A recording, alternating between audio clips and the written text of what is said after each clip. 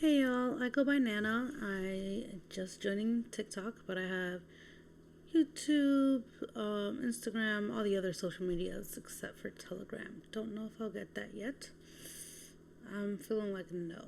Um, I want to just talk about radical love and how I am doing radical love in my life and how I came to want to love radically. I always had love, but I just did not display it properly. And I was a little hateful, a little rude, not on purpose. I was just very blunt. I'm still very honest, but knowing how to do it more gently now, more delicately. I'm learning how to dance well with people. Isn't it the best when you have a good dance partner? So I want to be a good dance partner to everyone. And since I'm loving radically, I want you all to know that I love you. And um, love is the highest calling. And it doesn't matter what form that comes in, be it Christianity, Hinduism, um, whatever other religions. I just can't think of any right now. But it comes in all shapes and sizes. And love is amazing, and everyone can have love. And a way that I've been spreading love is through tiny little ducks. I will post one at some point. Um, I buy these ducks at Five Below. Soon I'm going to be ordering them from Amazon. But they're just tiny little ducks that I intend on carrying around with me so I can spread joy. And I did spread a lot of joy with these ducks. So I'm happy. And love doesn't get reduced when done properly. You can love improperly, but when done properly and done well with the best, with the highest good for all, it comes back to you and it multiplies. And it's just, I don't know, been the greatest gift of my life to be able to dedicate myself to loving people well. And I want to love everyone, and I do love everyone. I say that strangers are just family members that I haven't met yet, people that I love that I haven't met yet, and kids that are strangers, they're just my kids that I haven't really met yet. Like I tied my tubes because I feel like there is, well, I didn't tie them, they got removed. I feel like there are so many kids in the world that need a home. There's no need for me to have my own because I plan to foster and adopt, and I'm going to foster and adopt the whole world if I can. That's not realistic, but I want to reach whoever I can through all forms of social media, and just like God does, and the Bible says He'll go to the far reaches of the earth just to find you, and He is so intentional and personal. He sees your struggle specifically and my struggle specifically all at once. One of the things I'm going to be doing is like a movie list that people should watch, and Everything Everywhere All at Once is one of them. The Fifth Element is another. I'm also going to be doing a song list of I have worship songs that are really just wonderful, like Christian worship ones, and I'm working on now a spiritually unreligious one. That's the name of the playlist. That is just for anyone, and it just expresses love really well. So, speaking about that, I'm going to go ahead and cue the first song that I want to sing today, because I always start after my little introduction. I always start with a song, and for today's pick, it is Under Pressure by Queen. Dum, dum.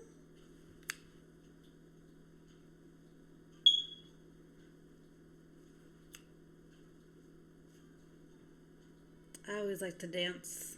I'm always dancing, moving, and bopping.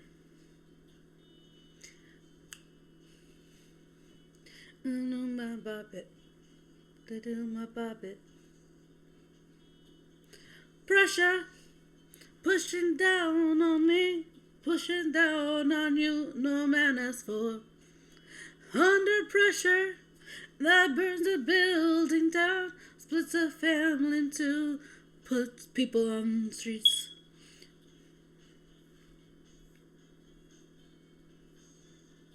Dee-da-da. That's okay, it's a terror of knowing what this world is about. Watching some good friends scream, let me out. Pray tomorrow gets me higher. People on streets, chipping around, kick Brian's on the round. Days, it never rains, but it pours. His voice is super high there. That was tough. Sorry. People on the streets. People on the streets.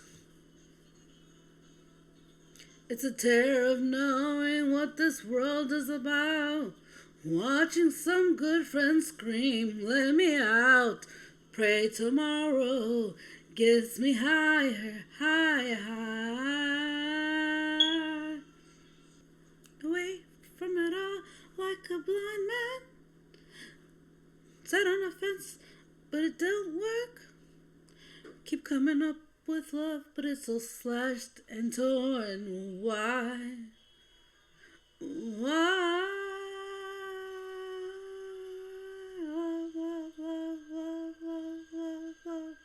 I started on that early.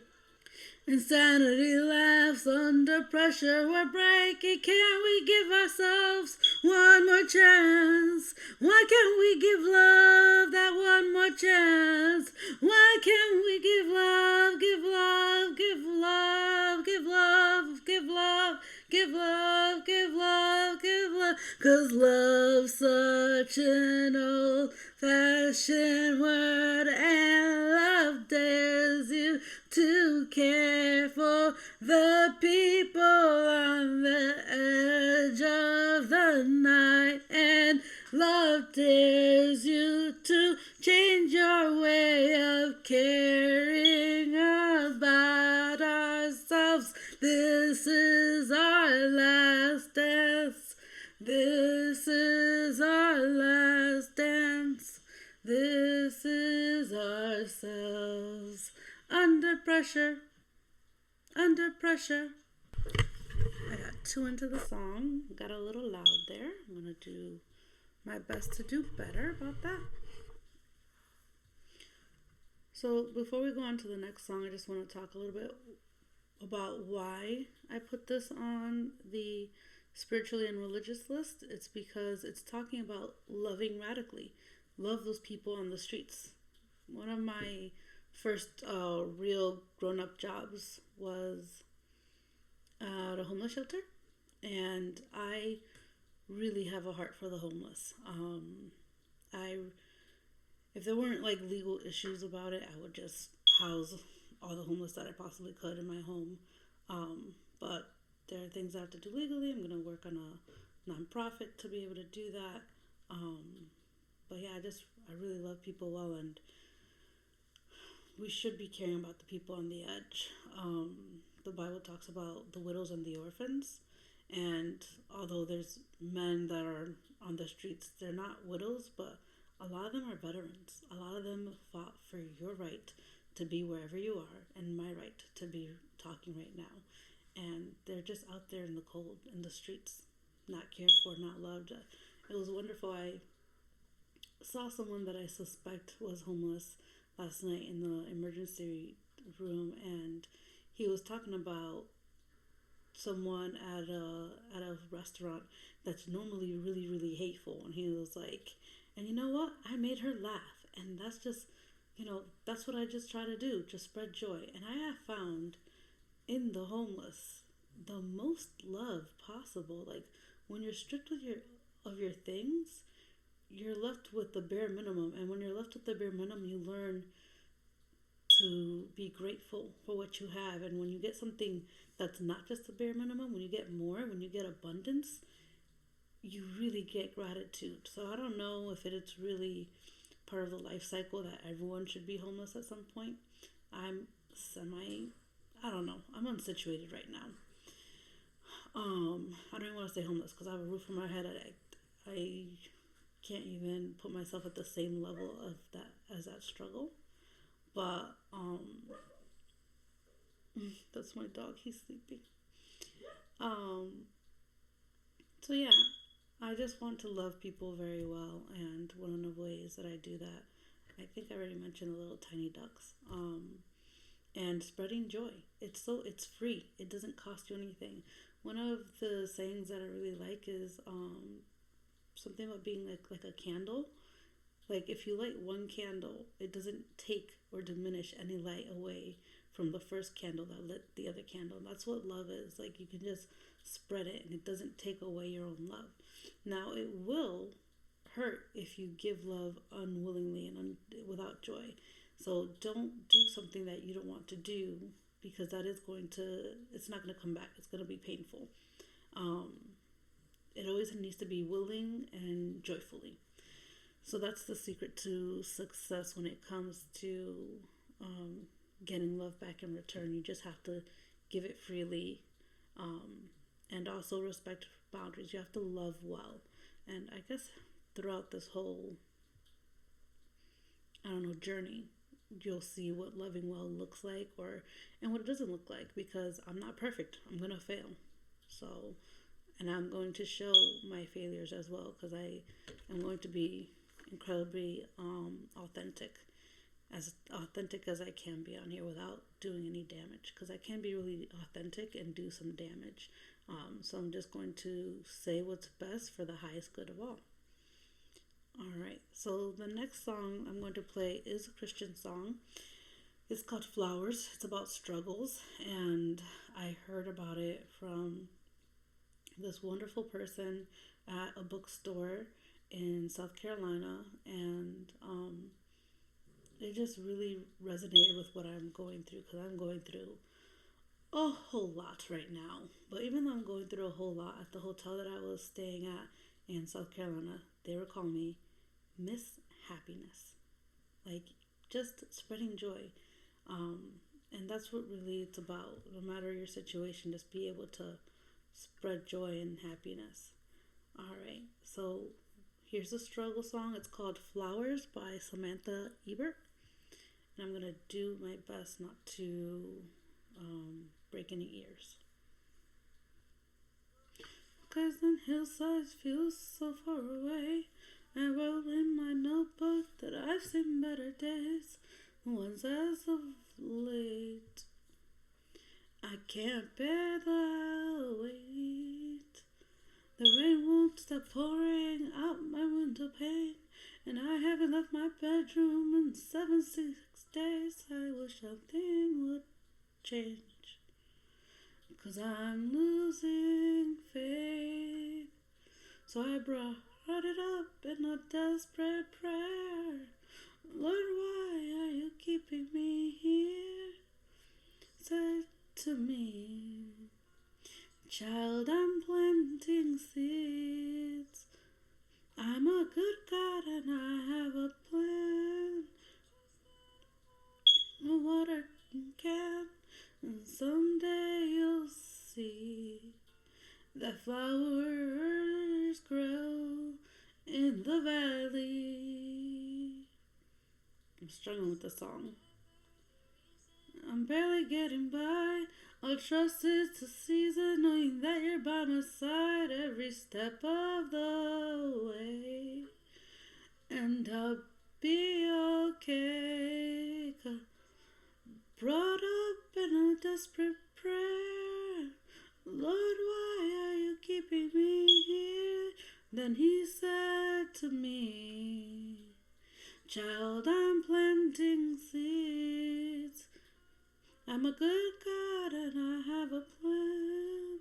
It's just that I'm building a watering can, and someday you'll see that flowers grow in the valley. When I'm on the mountain and looking down below, see a valley of flowers that needed time to grow. And I'll thank you for the rain, the hurt and days of pain. And I'll bring it up in a grateful prayer. Thank you, Jesus, for keeping me there and you're just what I need.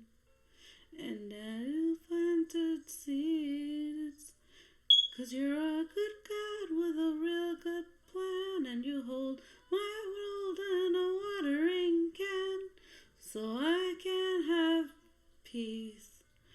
'Cause flowers grow in the valley. So yeah, that song was shared with me and it was very on time. Let me go ahead and just spill the beans. So, where do I start? I told my husband that I had to quit and he was still telling me no. But I was like, I cannot handle it anymore. I cannot be in this egregious system. I can't be part of this. I can't be a cog in this disgusting wheel. So I put in my 2 weeks notice. I was scared because I'm Latina and ICE is detaining people just because you look Latin, and they're detaining even citizens. And I know that when bad agents like ICE detain a woman, she doesn't just get detained, something else happens to her. And I was just not trying to have that happen. So I ran away to my mom's country, Dominican Republic, and I had a bout of insomnia there, and I had my first manic episode. I was recently diagnosed with bipolar 1, and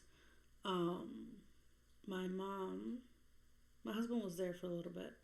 So during the time that my husband was there, I was taking the medication just that night that I was given, and the doctor told me that the medication was only for sleep, but that was lie. It was an anti-anxiety medication. Had he told me that it was an anti-anxiety medication, I might have taken it properly. He had told me to take it morning, evening, and night, and I'm just like, if this is just for sleep, I'm only going to take it at night. I don't need it morning and evening. I just need it for nighttime for it to knock me out. And so I was starting to get sleepy towards the time that my husband was about to leave Dominican Republic. I was starting to get sleepy all by myself. So I was like, you know what? I'm going to stop taking the sleep medication because I'm feeling sleepy all on my own. And I think that I can sleep without it. So once my husband's gone, I stopped taking the medication, and I had told him that, and I told my mom that. So my mom decides to drug me without my consent. And my mom is the type of person that you don't want to be unconscious around, because I literally told her that someone had molested me and grabbed my breast that she introduced me to, and she was like, no, they didn't. And I was a full-grown adult. I was like 26 when this happened, and she was like, no, that they would never do that. And I'm like, Mom, you've known me 33 years. You've known that guy for what, 5? And you're gonna say that his word is more valid than mine? So it's just despicable. So I immediately left Dominican Republic because of what she did, and I've forgiven as much as I can. I've forgiven my mom. My cat ate through this. I've forgiven my mom as much as I could, but I don't interact with her. So you can forgive someone that's hurt you. You don't need to be in the same space with them again, okay? Forgiveness does not mean relationship, and it does not equal relationship. So I come running back to the U.S., and I can't remember exactly what happened, but long story short, and I may just tell the story another time, my husband has me involuntarily committed. And the one time that I was saying that I thought that I might need it, he didn't take me. And this time, the time that I feel like I did not need it, I was being very manic. And there's a lot of stuff that I don't remember doing or saying, but I knew that I wasn't a harm to myself or others. I just wanted to go to my friend's place because that's where I felt safest. I felt safest with my friends and not with my husband. To me, he was presenting domestic violence. What is it called? Signs, like potentially. He was trying to control me. I didn't have my phone, didn't have my car, didn't have a laptop. I didn't have a way to reach out to anyone that I loved or cared for to try to get away from him and go to where I wanted to be, which was with my friend, where I felt safe. And that was the ultimate betrayal to me, to take away my free agency. Taking away my free agency when I was little meant harm and meant abuse, and so it terrified me. And I felt like if he's taking away all this stuff and isolating me, it's because this man's gonna do something to me within these four walls that I don't want to happen. So I ran away because if he was gonna do something to me, he's gonna do it to me out in the streets where I could have witnesses. Um, so I was involuntarily committed for about 10 days. And while I was in the hospital, I really was there with a lot of joy. Um, it was a good experience overall, even though I hated being there because I didn't have the free will to do whatever I wanted. Um, and I got on the proper medication that I needed. I did not need to be there as long as I was. Um, but that's a whole other story. Whenever I got out, I went to South Carolina, and that's how I met the person with that introduced me to the song. So like, it was a lot of ugly things. So God had that watering can, and He was just all of it, just downpour and not ending. I hope I'm at the end of that, but I honestly don't know. Um, But the whole message about it is that even though my life is so incredibly difficult right now, I'm trying to share joy and love. And um, I made these little snake things for people, keychains. And I did this in TAR, and I did it here for the ballet. I went to go see the Nutcracker and ended up being a stagehand. That's a whole other story as well. I will get into all the stories at some point. But yeah, this is, to me, this is the easiest keychain for me to do. So I was able to do a bunch of them quickly. I really don't know how many I did. I'd have to reach out to the dancers like, hey, did I do one for you? Confirm or deny? And what the snake to me represents, in the Bible, it says that the snake will always be biting at the man's heel, and the man will always be trying to step on the snake. So basically representing enemies. And there's also a story, enemies and affliction. And there's also the story in the Bible about the plague. It's not a plague. There were snakes that were biting people. So if you go to hospitals, very often they'll have the symbol of a stick and a snake. And it's just to represent healing because of the biblical story in Exodus, I believe, about the snakes being all over and biting the Hebrews. And what Moses was told to do was to put a snake up on this pole, and that anyone that looked up at it would be healed. And they were healed. So even though, it's a snake and it has two representations, there's affliction and healing. And it just reminds me that if there's affliction, there's also always going to be healing. And that healing might be death, You're going to be delivered from it. And it might not be. It might be actual just healing. For me, the affliction is everything what I'm going through. I lost so many family members in this whole process. My mom for betraying me, my sister for leaving me alone with my husband when I was terrified him, and my husband for committing me. All those people are kind of written off. Well, I made up a little bit with my husband today. We're not going to make it as husband and wife, but I think we might be able to be friends. And all of a sudden, I sung the song ABCDFU on my way to finding sanctuary, and that was it. I just took that song, and I wasn't filled with hate for him anymore. I don't think the relationship is healed at all, or there's no really relationship to be had. We're not gonna get back together. But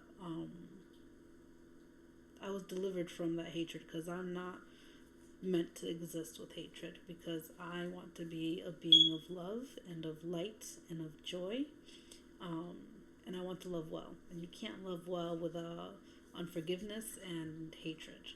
Those things impede love. And so I'm really glad that I was delivered of that hate for my husband.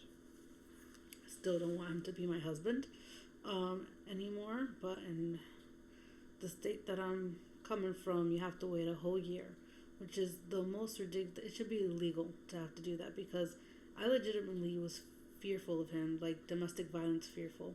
And for a woman to have to wait for a year to get unattached from a man that she's fearful of is disgusting. And even a man, let's say the man is fearful of a woman, that should not be it. But the Bible Belt has it all wrong, because those southern states that do this, they want to put on, they're the current day Pharisees. They want to put all these rules and restrictions on people's lives that they can't even uphold, and put on this heavy yoke onto their backs that they're not meant to carry. That's supposed to have stayed on the cross. But yeah, that's a whole another story as well. I have so many stories to share. And let me go grab a little duck. Let's see. It's been a screaming goat kind of year. Yes, goat. Yes. Same. So, I have just 2 ducks left, and I think I started with at least 300 minimum, probably more. It could have been 500. So there's I'm not gonna say there's 500 people, because there's some people that got more ducks, and I had this at a table and a sign. Let me see if I can show a picture. At the ballet for people to take ducks, because they're so adorable. They're so cute. Anytime I see these little ducks out in the wild, it makes me happy. It makes me smile. And I know it makes a lot of people smile as well, which is why I bought a whole bunch and shared them. So here, it just doesn't show that many ducks on the table, but there was a lot more. Trust me, that the table is practically covered. There you go. And the post-it note says, "Help yourself to 1 joy duck." Quack. I call them joy ducks because they bring joy anytime I see them. And even though I said 1 joy duck, I didn't care if people took more or not. They could take as many of them as made them happy, but I just wanted to make sure that other people could get some as well. I didn't want them to run out before anyone else can get them. There was one guy that took the ducks and put them, okay, let me see if I can help this a little bit. Anyways, he put them together in a little, he glued them onto a little shelf. There it is. That's a good view. And he says, I have my ducks in a row, which was a really bad joke, but it did really crack me up. And there was someone else that named the ducks. It was so cute. Very creative names as well. So this person took, let's see, 1, 2, 3, 4, 5, 6, 7, 8, 9, 10. And I really don't care that they took 10 ducks. If it took 10 ducks to make them happy, so be it. It took 10 ducks to make them happy. And what this person did that I really love is they named all the ducks. So you see the white bar down there? That's just naming the ducks. And it was so adorable. And it made me happy to make them happy. and to bring that joy. And it's free. Well, it's not. It's not free. I don't know. A bag of ducks is like what, $4, $5? I really don't know. It's a 50 count bag. And I'm gonna go get more as soon as I can, probably on Monday. I'm housebound for a little bit. So, yeah, it's just a simple way to make people happy. So you can order these on Amazon or go to Five Below and get them. That's where I got mine. This guy doesn't have a good eye. And I love him anyways. He's going to be my duck. I don't think anyone's ever going to take him. And that's okay, because I am meant to love the people on the edge, under pressure. So I'm going to keep this duck that's on the edge of existence, that isn't loved well. Actually, if I can, I'm going to probably glue him here under the screaming. Because if that eye is all faded, it's because he's been through some things. He has seen some things, this little duck, poor thing. So eventually I'll glue him there with the screaming goat. And he'll have a home, and I'm going to love him well. I think that's going to be it for today. I want to pick one song. One of my favorite worship songs. It's So Will I by Hillsong Worship. God of creation, there at the start, before the beginning of time, with no point of reference, you spoke of the dark and fleshed out the wonder of light. And as you speak, 100 billion galaxies are born. In the vapor of your breath, the planets form. If the stars are made to worship, so will I. I can see your heart in everything you've made.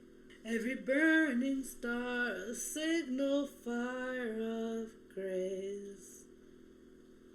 If creation sings your praises, so will I. God of your promise, you don't speak in vain, no syllable empty or void. For once you have spoken, all nature and science follow the sound of your voice. People act like science and God can't coexist and work together, and they do. So like once you've spoken, all nature and science follow the sound of your voice. We evolve. You weren't born wrong just because you were born a child and aged up to an adult. No, you evolve, you grow, and that's what science does. And evolution, I believe, is real, and so is God. They can coexist, and they do coexist. And I love how this song acknowledges that. That coexistence.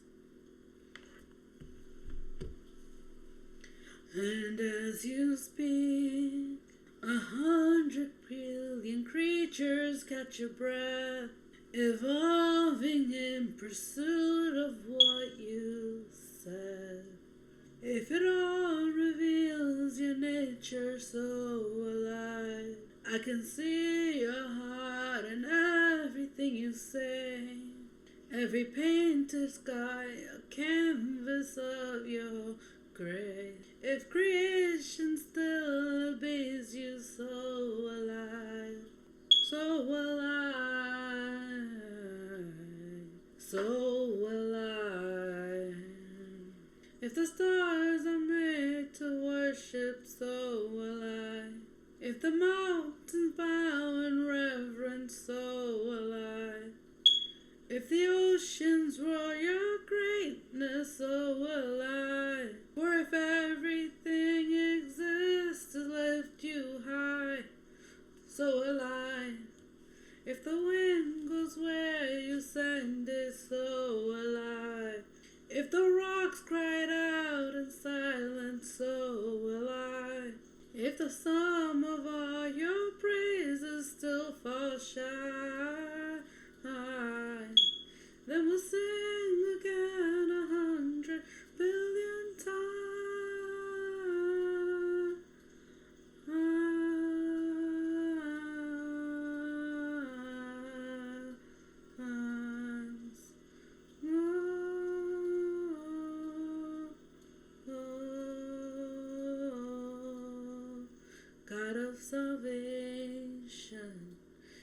chase down my heart through all of my failure and pride. So he has a reckless love for us, and he's always going to chase us because he loves us. And as you speak, 100 billion failures disappear. This is my favorite part of the song. When you lost your life, so I can find it here. If you left the grave behind you, so alive, I can see your heart and everything you've done. Every part designed in a work of art called love. What have I been talking about? Love. Love is the highest calling. Every part designed in a work of art called love. If you gladly chose surrender, so alive, I can see your heart a billion different ways. Every precious one, a child you died to save. And if you give your life to love them, so alive. So I didn't mention that what I want to, like the demographic I want to foster and adopt is teenagers. And I've had people tell me, like, aren't you scared that they're going to, like, murder you or whatever? And what people do, like, I saw this on a meme or something, I can't remember exactly where I saw it, but what you do is a reflection of you. And what other people do with what you've given them is a reflection of them. And it was like in reference to a homeless person. Like, aren't you worried they're going to use that money for drugs? I was like, me giving the money shows my character. What they use it on, it shows their character. And I love that. And I am very happy to be Patch Adams and to serve people. And if I end up dying at the hands of someone I was serving, I was glad to be of service. That's it. I'm just here to be of service. We are here to be of service to one another, to love each other.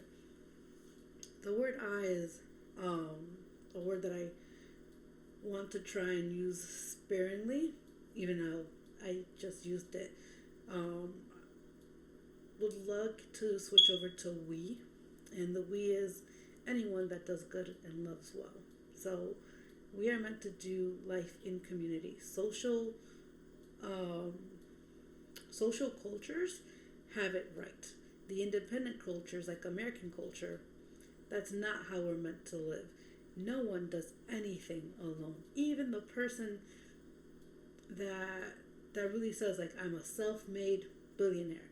It's not self-made. There are things, opportunities given to you by other people, even if it wasn't direct contact with someone else. Let's say you caught the bus at the right time, and that opened up the windows of opportunity for you to become a self-made billionaire. Or technology, like Mark Zuckerberg. Maybe he was a self-made billionaire. He didn't do it by himself. As the movie, The Social Experiment, I don't know the name of the movie, shows, he scammed people. He really used other people's ideas and created something by himself using people's ideas. And even when you use technology, like I'm using this computer to record this, someone made that computer, and I relied on that person to do their job well so that I can use this computer. Life is interconnected, interwoven. So no one does anything alone, and we're not meant to do life alone. That's just wrong thinking of the USA. Hopefully one day they'll become more of a social, because life happens in community, in villages, in tribes. That's how it's supposed to be. That's how it's supposed to happen. That's why getting exiled was the worst thing that could possibly happen back in the day. And now we're like exiling ourselves and proud of it. Like, yeah, I'm independent. I've had to be very independent, and it makes me sad that I didn't have people that I can turn to in my times of need. Get into that another time. not right now. What again? 100 billion times. But what measure could amount to your desire? You're the one who never leaves the one behind. So something I'm gonna get in the habit of is saying I love you. And it's true, I really, so much warmth just saying I love you. It's such beautiful 3 words to say. And I do. I love you. Whoever you are out there, I genuinely love you. And if you need a word of encouragement, feel free to send me a message. And if I'm able to do it, I can't pour from an empty cup. So if my cup overflows, I can definitely overflow love for you. And if I can't, then I can't, Someone else is meant to pick that up. And so I'm calling on my brothers and sisters in Christ and in humanity, because we're all human. We're all, we're all brothers and sisters just because we're human. I know that a stranger, knows how to blink, knows how to cry, knows how to feel anger, knows how to feel sadness, knows how to feel anxiety, knows how to feel all the things that I feel because they're human. I want to tell you that I love you again and again and again and again and again and again and again and again, because I do. And I want to spread joy and love, and I want you to pick up where I lend a hand where you can, so that I only have 2 hands. I can't lend a hand to everyone. So please, when you see someone in need in any kind of way, even the homeless, if you're not willing to give them money, they can always use water. The body always needs water. So just give them some water. Love each other well, be well, and be loved. Bye.